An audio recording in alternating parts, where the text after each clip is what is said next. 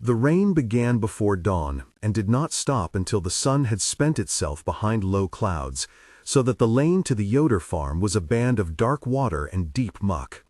A buggy wheel left a slow track that filled with gray, reflecting the dim farms like a broken mirror.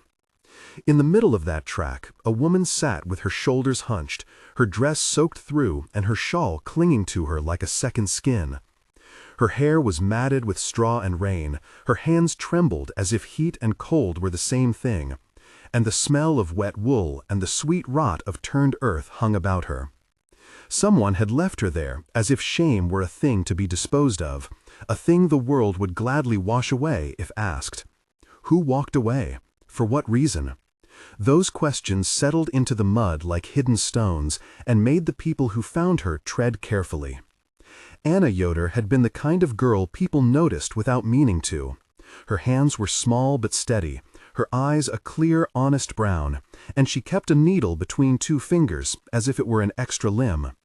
What brought her to the lane before dawn was a matter the town turned into rumor, each telling of it worse than the one before. Some said she had been caught with a married man. Others said she had said something impertinent to Levi Stoltzfus, a man whose temper was as sharp as the iron collar he used to brand calves. Rumor was easier than truth, and truth often waited in the dark for someone brave enough to fetch it into the light.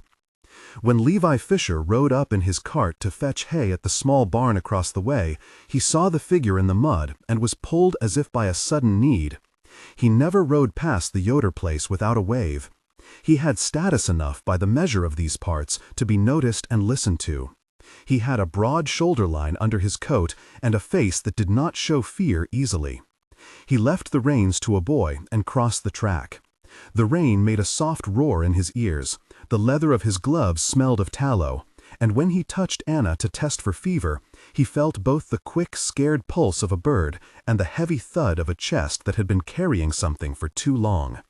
He lifted her without ceremony and carried her toward his barn, where straw and the hush of a warm room were waiting. In that simple act, the world shifted for them both. Who abandons a person like a broken thing? Why would a community let a rumor become a sentence? That was the loose thread Anna held to as Levi set her on a pile of clean hay and tore his coat. To make a blanket. He could not know everything. He only knew that the sight of a living human being half buried in rain opened up in him a need he did not have words for. He had grown accustomed to being the one who made decisions that others followed. In that instant, she would not be left to the road. Before the narrative moves, tell us where you watch these tales from. Leave a short line in the comments naming your town or the name of a place you love. It helps to know who sits with us in the quiet. Anna woke with a dry mouth and a taste of metal behind her teeth. The barn smelled of hay and boiled potatoes, a warmth that drew out the chill like sunlight pulling fog away from a field. Her fingers found the edge of a table and pressed until she could steady herself. Levi watched her with a measured intensity, as if he were reading a slowly forming page. She whispered the story between shallow breaths. He listened. He asked only what he needed and did not press the rest. Their dialogue was careful and peculiar, and it held the kind of closeness that forms when two strangers decide that the present must be paid attention to. He offered her food, he offered warm water, he offered clothes of his own. He promised she could stay until she was fit to make a decision. Some offers catch like a net and hold. Anna accepted the temporary harbor like a key finding a lock. In those early hours at the Fisher barn, the world was only straw and steam and the occasional horse breath. Ruth Yoder arrived soon after, moving through the rain like a parent arriving at a bedside. She had been Anna's aunt since the death of Anna's mother, and she had hands weathered by laundry and sorrow, hands that could tell the age of a linen sheet by touch. She spoke in low tones of what had been seen, of a whisper, of Levi Stoltzfus, of a man who had public pride and private cruelty. The community was already bending the story to its needs. Names were sharpened into accusations. Levi kept vigil, though the ache of worry sat heavy on his ribs. The barn door was a sound of hope and anxiety braided together. People came and went. Miriam the midwife, Jacob the miller, Samuel Fisher, Levi's younger brother, even Sheriff Amish, who rarely left the courthouse in fair weather, came to look. Each person brought a different way of seeing the same thing. A backstory had carried Anna for as long as she could remember, and it fit into the spaces between one scene and another like the careful stitches of a quilt. She was the third child of a family that had once had more land and fewer debts. Her father died in winter when ice took his step, and her mother passed on quietly 2 years later, leaving Anna with a small store of stubbornness and a fierce tenderness for textures. She learned needlework at her grandmother Margaretha's knee, who taught her to measure grief and joy in stitches. As a girl, she would sit by the open window while the rest of the house slept and practice new patterns until the dawn made the colors fair. School had been short for her, as responsibility pushed her into womanhood early. She had loved the fields more than theory, and had read only what came in letters and catalogues. Anna had once been engaged to a boy named Eli, not the same Eli Stoltzfus who would later become her torment. That engagement had frayed when Anna refused to promise that she would simply follow and obey without question. In small ways, she had always resisted the exactness of demands. That resistance had been paid for in whispers that matured into a cold wind. The Fisher house, when Anna was brought there, smelled of boiled cabbage and the dry, sweet perfume that rose from the hearth. Levi had a sister named Leah, who kept the rooms precise, who welcomed visitors with a steady eye. She had a sharpness to her voice that was more about truth than cruelty. Samuel Fisher, Levi's brother, was quieter and had a laugh that came up like spring water. Jacob the miller was a man who could tell you the texture of flour by pressing it into his palm. Miriam the midwife had hands like music and a way of placing comfort where it was needed. Sheriff Amish had the courtesy of a man who had worn his authority long enough to polish it into gentleness. These people moved around Anna like the rings of a tree trunk, circling back to the heart. In the days that followed, the household adjusted. Anna learned to sew with Levi at her side in the evenings when the light from the lamp was soft and the house creaked like an old boat. She would take a piece of cloth between her fingers, and the world narrowed to the thread, to the curve of the needle, to the spot of color that would become a pattern. Levi would sit opposite her sometimes and read aloud from a book of mechanics or from letters from town merchants. Their conversations started as necessary, the way a rope is necessary when climbing. Then they became the kind of talk that was more like breathing.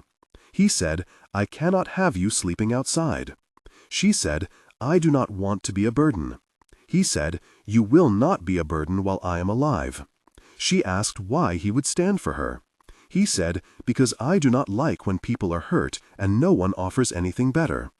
There was tension in the village when Anna stayed in Levi's home. People spoke in porches and in the market. Some were kind and asked only if she needed anything. Others were rigid and said that a scandal unsettled the town and must be addressed. Eli Stoltzfus moved through those days like a heat that made the air shimmer. He appeared at the edge of the Fisher field with a look that could flatten a conversation. He said, "She is trouble." Jacob the miller answered, "We do not throw people away." Eli said, "She must answer." Miriam said, "She must be protected until she can speak." Samuel said, "We will listen." Leah said, "Do not force this to become a spectacle." Sheriff Amish said, "We will investigate carefully."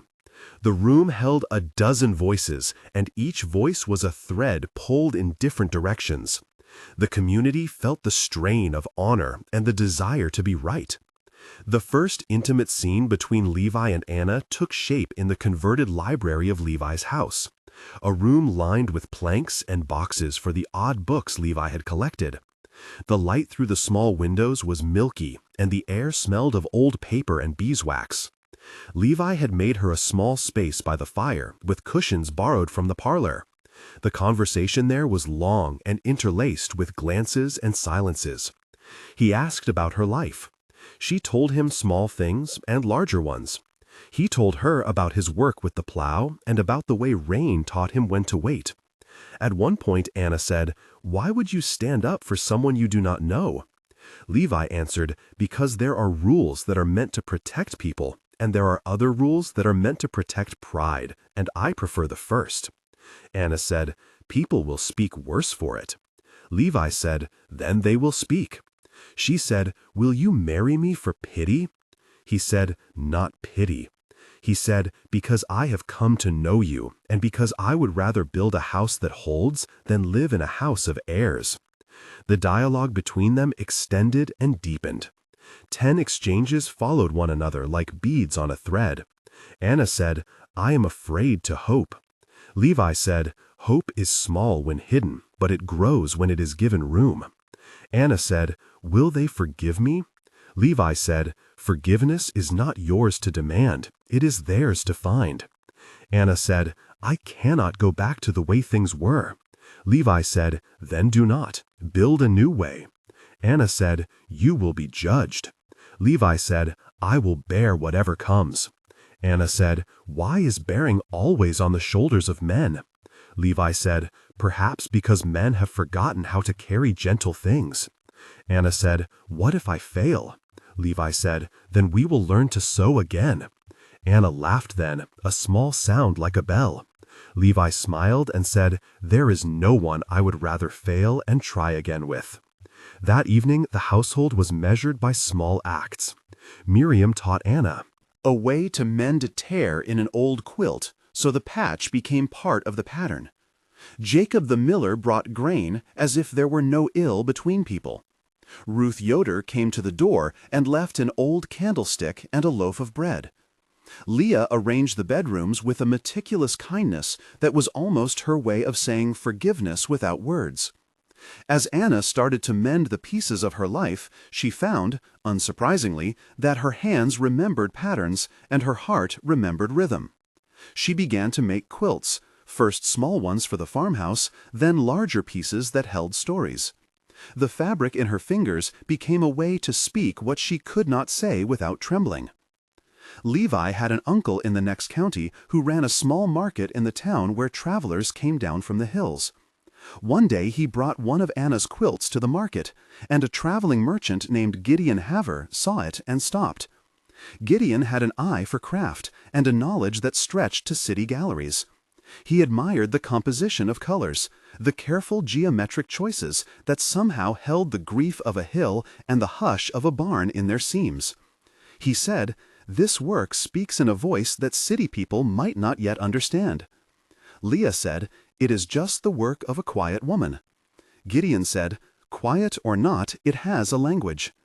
The proposal came slowly and then all at once. Gideon suggested a small showing in a nearby town at a community fair. Anna hesitated. The thought of walking into a space filled with watchers set her skin to prickle. Levi said, "I will stand near the entrance." Samuel said, "I will sell tickets." Jacob said, "I will bring flour for the bake sale." Ruth said, "I will sit in the second row and smile." Miriam said, "Keep a blanket in your lap." Sheriff Amos said, "I will be there to keep the peace." The show was arranged. Preparation for the exhibition was meticulous and included technical steps that were foreign to rural hands and needed explanation. The process of mounting a quilt for public display was detailed. First, the backing and batting were pressed to remove folds using a steam iron technique commonly taught in restoration circles. Then, the quilt was mounted on a frame of light wood. The stitching was reinforced along the edges using linen thread so that the weight distribution would not sag. And finally, a light, breathable cotton cover was placed to protect the fabric from sudden drafts and dust during transport. The mounting required 2 people, one to hold the fabric taut and the other to staple it carefully with a small hand tool that bit only the outer edge. Each movement was done with attention so that the cloth did not stretch and the pattern remained true. The townfolk watched these preparations like a ritual, a preparation for an unveiling that would do more than show cloth. The fair day arrived with a sky washed clean after a night's rain and the smell of frying cakes in the air. Anna walked into the hall with Leah at her side and Levi not far behind. The quilt was hung, and people reached out with fingers that touched the fabric the way one touches a memory. The merchant Gideon introduced the piece with a quiet description and said, "This is a work that speaks of the land and of repair." Anna stood in the back and felt as if each stitch were looking at her. Faces changed. Some softened. Some did not. An art collector from the city named Thomas Mercer looked at the pattern, then looked at Anna with a careful regard and said, "There is truth in this work that I want in my gallery." He asked immediate questions about technique, about provenance, and about the hands that made the piece. Anna found herself speaking of patterns and of the way the sky held a certain blue only for a few hours in late afternoon. It was odd to be understood in a way she had thought impossible. The first moment of real sabotage came quietly. A woman named Hilda Cheapman, who had been a friend of Eli Stoltzfus, spread a rumor that Gideon had purchased the quilt out of pity and that the city man did not understand the value only to make a social point. The rumor traveled like a cut thread that snagged at the seam of trust. Jacob confronted Hilda. Hilda snapped and said, "She is not fitting for our town." Leah pushed back and said, "Our town is for people, not for the making of judgments that shatter." The quarrel escalated with voices raised and hands gesturing. It created a mark on the fair that people remembered. This was a small act of sabotage, but its ripples were long. A second sabotage took the form of a stolen seam. Someone cut a small but intricate section of one of Anna's quilts in the night before it was to be delivered to the city. The theft felt like a violation that was both personal and public. Levi found the small space where the cut had been, and his hands shook as if with cold. He said, "Whoever did this wanted to hurt you in a way that would be remembered." Anna said, "Then we will mend it, and the cut will become another pattern." She worked through the night to reweave a small section so that the interruption looked like intention. The craft turned assault into art. Tension built as Eli Stoltzfus returned to the town square the day before the delivery. He stood with a group of men who seemed chosen to intimidate. He said, "You all make a fuss over nothing. Anna will be made an example."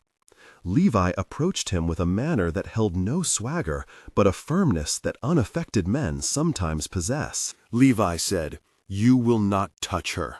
Eli said, "Who will stop me?" Levi said, "The people who know what right is." The exchange was simple and raw and marked one of the more dangerous moments in the tale. There were 3 distinct moments of tension written into the fabric of these weeks, each one a small novella of fear. The first was the confrontation in the town square, when words could have turned to fists, and where Sheriff Amish moved between men like a steady reed. The second was the theft and the work of careful restoration, where Anna and Levi turned damage into beauty. The third was a late night when Levi found threats carved into the fence of his property and a note left pinned to the door. The note was written in scrawled capital letters, "Shame on her." The note smelled of kerosene and was meant to be a warning. Each of these moments held a pressure that bent the story towards something larger. When Thomas Mercer visited Levi's house to see Anna's work for arrangements with the gallery, he asked for an explanation of provenance and authenticity. Levi spoke plainly about who had made the quilts, and Anna stood near the hearth with her hands clenched but her voice calm. The dialogue that followed was of a different order. Thomas said, "In the city there is an appetite for truth and for objects that hold it." Anna said, "I only know the language of cloth." Thomas said, "That may be enough." He made an offer and asked about transport methods. Levi spoke about crates and protective coverings. Levi said, "We will wrap it in linen and then in cedar to protect it from moth and moisture." Thomas asked, "Who will ride with it?" Levi said, "I will arrange a carriage and hand it to Gideon for the journey." That scene required a technical description of the carriage packing to ensure the city gallery would accept the work. The packing was done with layers of acid-free paper and a custom cushion of straw treated to repel insects. The crate was nailed with care and marked "Fragile" with large letters. The process took a day, and a boy named Amish from the stable rode with Gideon to ensure the parcel arrived safely. Rumors swelled like storm clouds as Anna's work began to find an outside audience. Some in the village saw this as a breaking of rules. Others saw it as vindication. Eli Stoltzfus would not accept that a woman he had wronged could be lifted by craft into a place of esteem. He came into the gallery opening in the city as if he owned space that did not belong to him, and made a scene. His voice was loud, and his accusations were old as habit. He said, "She shamed us all." Thomas Mercer countered with a coolness most city men cultivate. He said, "This work is being judged by itself." Eli said, "You know nothing of our ways." Thomas said, "I know of art and justice." Levi stepped forward then with a calm that men who have farmed long acquire. His words were not showy. He said, "Anna deserves to be treated like any other craftsman who brings work of quality." There was a hush. Then someone from the town spoke up in Anna's favor, and one by one others followed until the weight of numbers turned the moment. Eli was taken to task and then to court after a formal complaint about his conduct was lodged. Sheriff Amish had collected testimony quietly with the care of a man who wanted the truth written without flourish. The procedural description of a rural inquiry included witness statements taken down in ink, a review of physical evidence, and a petition filed at the county office. The sheriff arranged an interview process where neighbors came to speak what they had seen. Each statement was recorded and witnesses signed in front of a clerk so that the record bore the authority of the law. The hearing that followed took place at the county hall and involved examination of whether Eli had coerced or assaulted Anna. The legal steps were simple but heavy. The prosecutor laid out patterns of abuse that had been hidden in social niceties. The judge, a man who kept his own counsel, listened and then asked for a short recess to consider the charges. His voice when he returned was steady, and he pronounced that a case had been made enough to proceed to trial. Trials in the county were not theatrical undertakings. They were small rooms filled with people who understood the weight of reputation. Eli's defense claimed nothing had occurred and that this was a scheme to make money. Levi testified plainly. Anna's testimony was quiet and exact. The defense tried to make the trial about moral failings and community standards rather than about harm and consent. The prosecutor pushed back. The jury came from the surrounding counties and listened with the kind of attention that comes when the matter touches the community. In the end, the verdict favored Anna, and the jury took into account the corroborations that had been collected. Eli was fined and required to perform public restitution and to attend a program that the county arranged for men accused of abuse. While some in the town still found ways to hold ill will toward Anna, the court's decision carried a weight that made mobs and whispers less likely. The night after the verdict, there was a quiet celebration at Levi's house. The company made a meal, and Anna allowed herself to laugh in a way that was slow at first and then freer. Thomas Mercer had arranged for 2 of her quilts to be displayed in a small gallery in the city. The exhibition brought a different audience, people who looked at cloth as story. Letters arrived from other merchants asking for commissions. Gideon Haver became an advocate and offered to manage transport for any commissions Anna would accept. The town, which had once sewed her into rumor, now found itself referencing the quilts with a new vocabulary. The farmer at the market would tell customers that the woman who made them had an eye for the horizon. People began to ask Anna for instruction. She taught a small group, including Leah and Miriam, and some young women from the congregation who had always dreamed of holding a needle with pride rather than secrecy. As Anna's reputation grew, her personal life found form. She and Levi married in a small ceremony that was less about spectacle and more about choosing one another in the face of earlier things that had sought to define her. Ruth made the bouquet, Samuel carved the wooden ring box, Jacob ground the coffee, and Miriam spoke a blessing of sorts that had nothing to do with Scripture and everything to do with hands that keep. The marriage was not a sudden escape, but a slow weaving. They argued like every couple does, about money, about chores, about who would get up to feed the chickens. They also held a household that welcomed people into its kitchen and gave work to those who needed it. Anna continued to quilt, and she began to incorporate stories from the town into her pieces. One quilt was made of squares that depicted the road from the Yoder gate to the Fisher barn, each square stitched with a detail that an eye might not see at first. The town could look at that quilt and find themselves woven into it.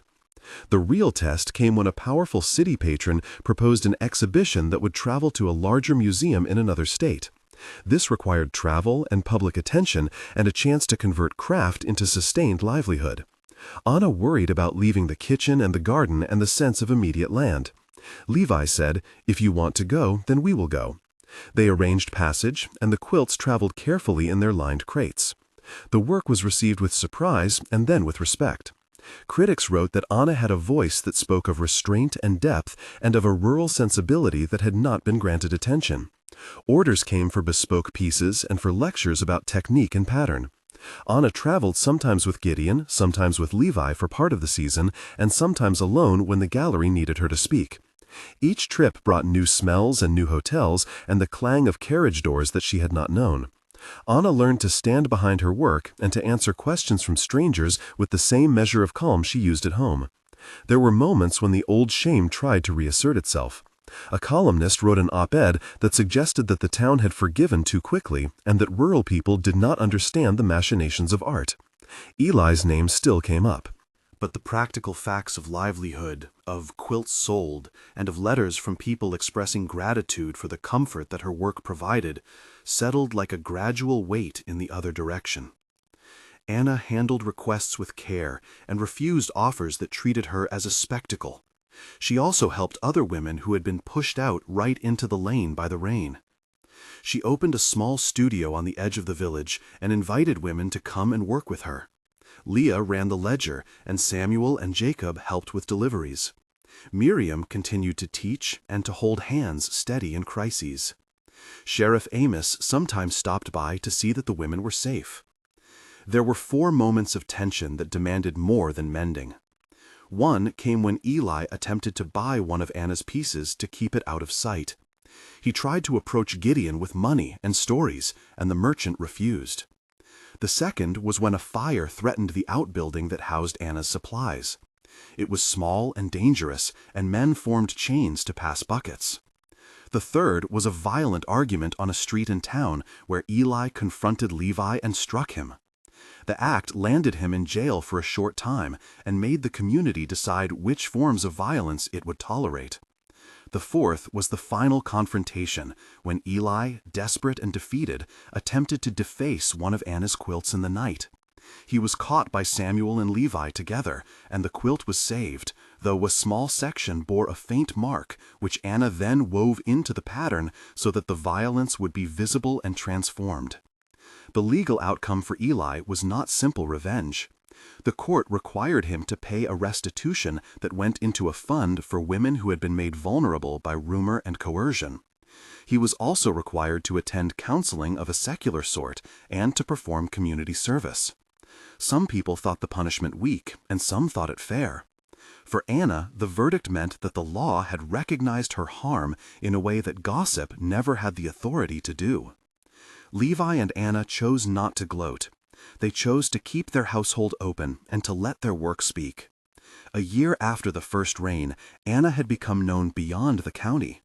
The quilts were displayed in 3 cities, and one of them was acquired by a museum that specialized in folk craft.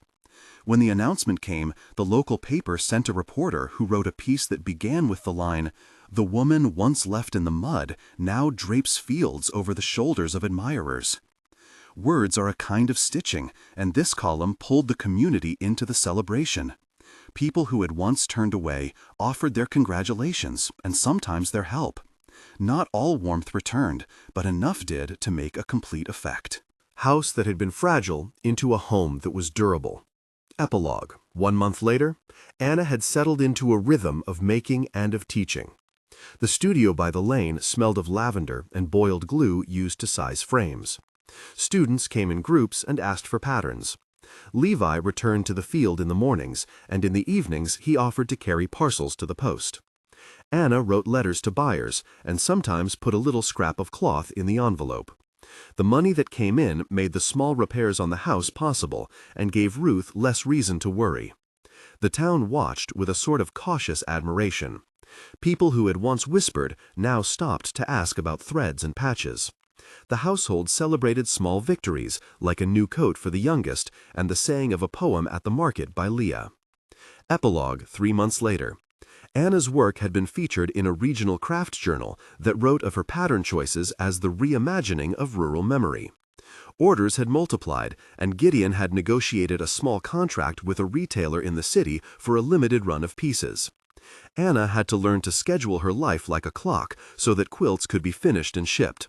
She kept a ledger with Leah and taught a woman named Esther how to take orders so she would be able to focus on the work. In the town, a small group of women began to meet weekly at the studio to sew and to speak of things that happened to them in the house of their birth. Some of these women brought stories of old abuses, and some brought stories of love. Miriam led these sessions without ceremony. Levi and Anna began to talk about growing a family, and sometimes sat silent at the window, watching the field and making plans. Epilogue 6 months later. The quilt that had been acquired by the museum had been featured in a short segment on a local channel, and a letter had arrived from a young woman in the city who said, "Your quilt wrapped me when I was lonely." Anna read the letter 3 times and placed it in a drawer marked with small paper tags. The small fund that had been created with Eli's restitution had helped 2 women get new work and had provided for basic legal consultations for another. The town had started a small cooperative where crafts could be sold in a shared space, and many of the women who had once hidden their talents were now visible. Anna continued to teach and to travel sometimes with Levi and sometimes alone. Their life was not free of sorrow, but it was full of an honesty they had chosen together. In the end, what began in a muddy lane had unfolded like a long, careful seam into something that held. The man who had stood for her had not done so because of grand gestures, but because he had offered a quiet, steady presence. The woman who had been shamed had not been rescued into silence, but into a voice that stitched grief into beauty. The town that had been quick to judge learned over time that the way to repair a community was to put skill and kindness into the work of living. If this story moved you, leave a comment with the name of your town and whether you would stand for someone in need. It matters to know who sits with us. If you enjoyed this tale, consider subscribing for more stories of people who find ways to mend. Our channel brings together narratives of patience and repair and of the small acts that build lives. Stay with us, and you will meet others who, like Anna, find that a needle and a willing hand can change the course of a life. Remember that even when the rain seems endless, there are barns that will open and hands that will help to dry the cloth so that warmth can be found again.